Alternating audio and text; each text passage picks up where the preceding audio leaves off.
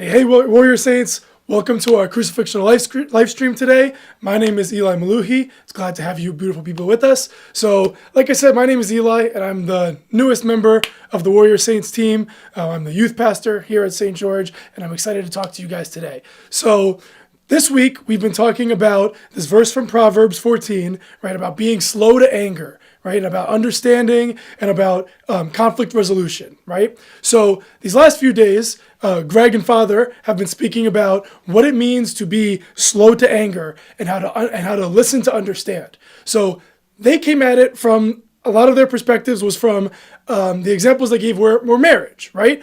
I am not married. Right? So I don't have that perspective, but the perspective I do have to share is that I am a licensed therapist. So I got my master's in social work, and in my career, I am also a social worker and a therapist. So coming at it from that perspective, the verse from Proverbs 14, verse 29, whoever is slow to anger has great understanding, but he who has a hasty temper exalts folly.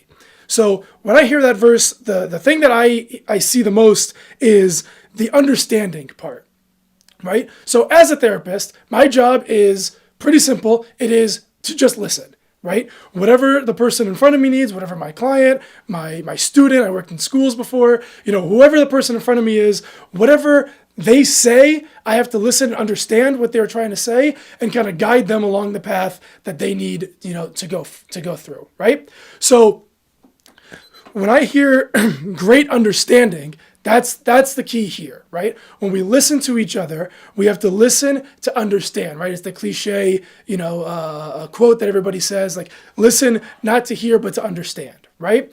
And the way that we do that is that we have to, how do I phrase this? We have to be slow, just like the verse in Proverbs says. And we have to be patient and let them speak. Right? Too often we get so defensive and we get so, eager to share our own opinions that we kind of miss the point here, right? When somebody is trying to speak with us, they're trying to communicate their needs to us. They're trying to communicate their wants, their thoughts, their feelings, right? And too often we have this gut reaction to respond before we actually understand what they are saying.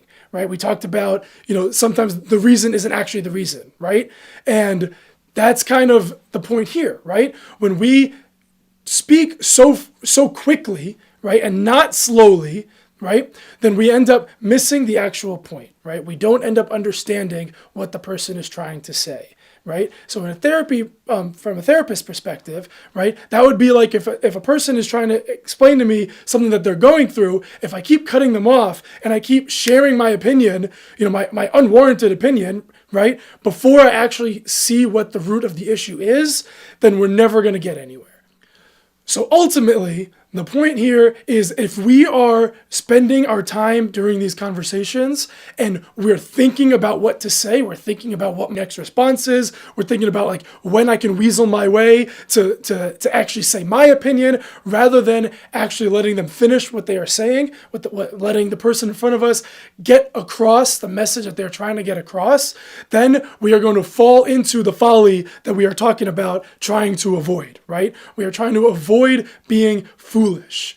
And the best way that we can do that is to just sit there and listen.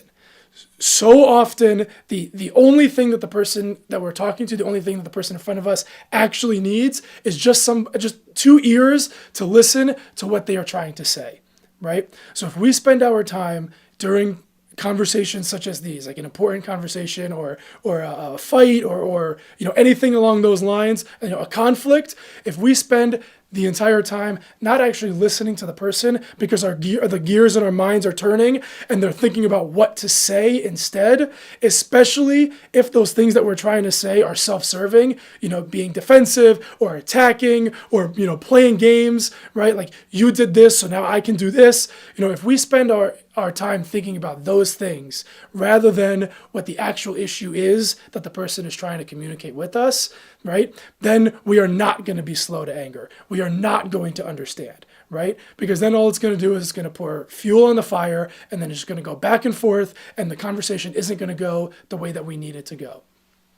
So be slow to anger listen to understand and not to respond, right? The response will come naturally when you let them get their point across and when you just give them a compassionate ear to speak to, right? So doing all of that is the best way to keep us slow to anger, or make us slow to anger, and to avoid the folly that Proverbs 14 is trying to tell us to do. So thank you guys.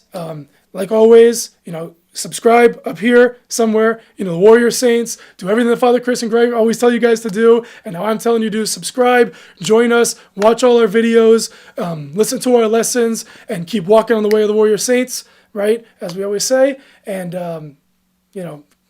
we'll be back tomorrow. So keep walking the way of the Warrior Saints.